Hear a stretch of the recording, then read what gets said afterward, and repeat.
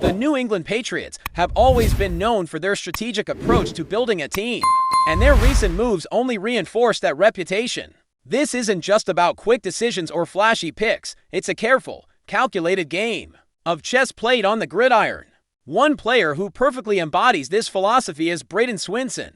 You might have heard his name before, maybe just in passing right after the draft. But the story behind his selection is worth diving deeper into. Swinson himself has confidently called himself a steal, promising to prove not just to the Patriots, but to the entire NFL that his value far exceeds where he was picked. That kind of confidence is contagious, and it's refreshing to see a player come out with such a positive mindset. In the world of football, where negativity and doubt can cloud judgment, having a glass-half-full attitude can make all the difference. Swinson was picked in the 5th round, 146th overall, after spending 3 seasons at Oregon, and the last 2 at LSU. The focus is really on those final 2 years, because that's where things get interesting and where the Patriots' scouting acumen truly shines. The big question for many was why a player with his potential would fall so far. Part of the answer lies in his pre-draft process. He didn't participate in major showcase games like the Senior Bowl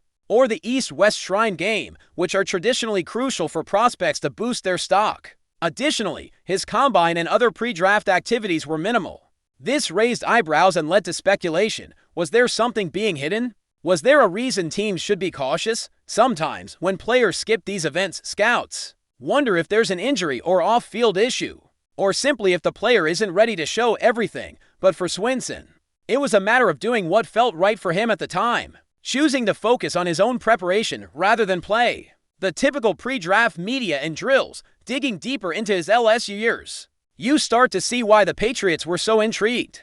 During those seasons, Swinson played under 2 different defensive coordinators. Matt House was the first, and although he was eventually replaced, the real transformation came under Blake Baker, who took over the defense. Baker's scheme is aggressive, favoring a one-gap system rather than the more reactive two-gap approach. This means the defense looks to attack and penetrate the offensive line quickly, rather than holding ground and reading plays. Interestingly, this aligns closely with the philosophy of Mike Vrabel and Terrell Williams, 2 key figures in the Patriots' defensive coaching staff. That's a big reason why Swinson stood out on film. His style fits perfectly with what the Patriots want to do on defense. Statistically, his senior year under Baker was a breakout. He went from recording just a few sacks to an impressive 8.5. And those came in high-stakes games against tough Southeastern Conference opponents like Texas A&M and Mississippi State. These aren't teams you just pad stats against.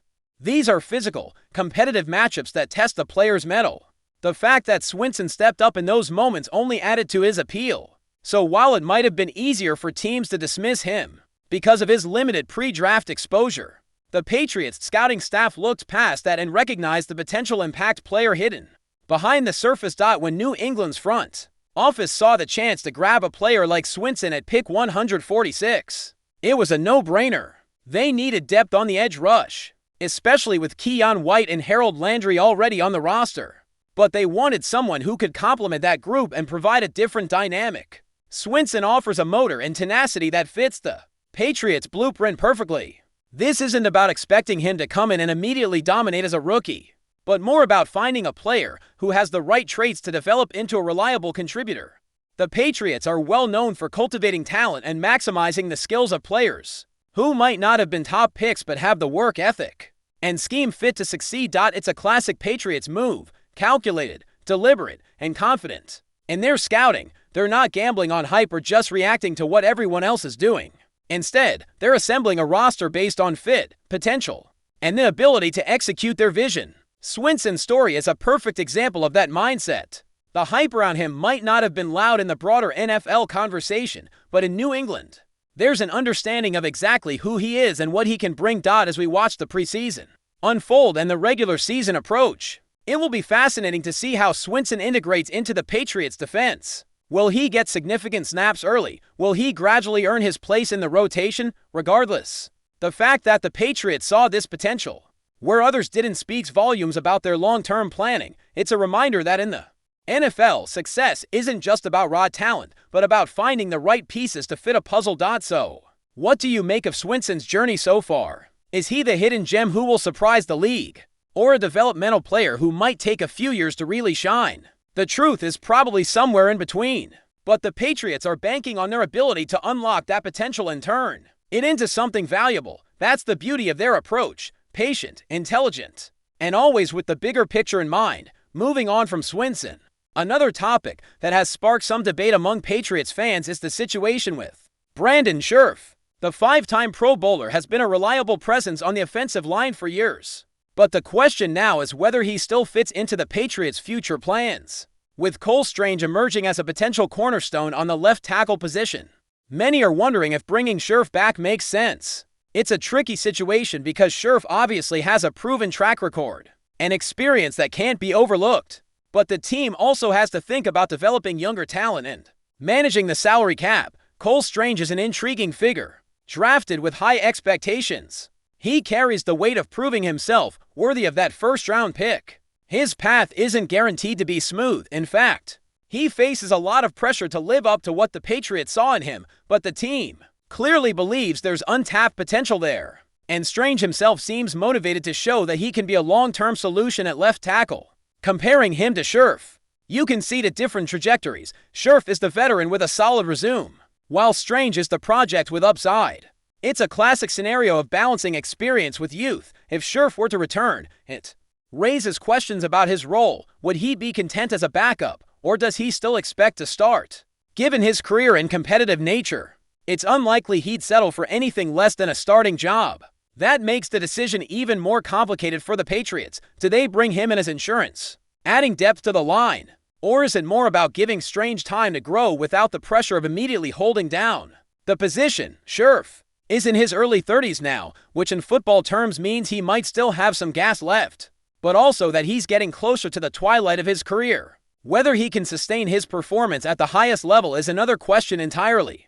From a roster-building perspective, the Patriots have some other interesting options. Players like Jared Wilson, Ben Brown, and Conley, the Boston College undrafted free agent, provide depth along the offensive line. These names might not grab headlines, but they are crucial for the day-to-day grind of a football season. Injuries happen, rotations shift, and having reliable backups can be the difference between a unit holding steady or falling apart. The presence of this depth might make the team more comfortable betting on Strange's development and possibly passing on Scherff if his contract demands don't align with the team's goals. Ultimately, it's about weighing the potential benefits of Scherff's experience against the desire to cultivate young talent and maintain financial flexibility. The Patriots have always been masters at finding value and making smart decisions based on their long-term vision. If Strange is the answer at left tackle, it's likely they'll give him every opportunity to prove it. That said, veterans like Scherff don't just disappear overnight. His leadership, knowledge, and toughness could still be valuable, even if not as an everyday starter. The bigger picture for the Patriots remains clear.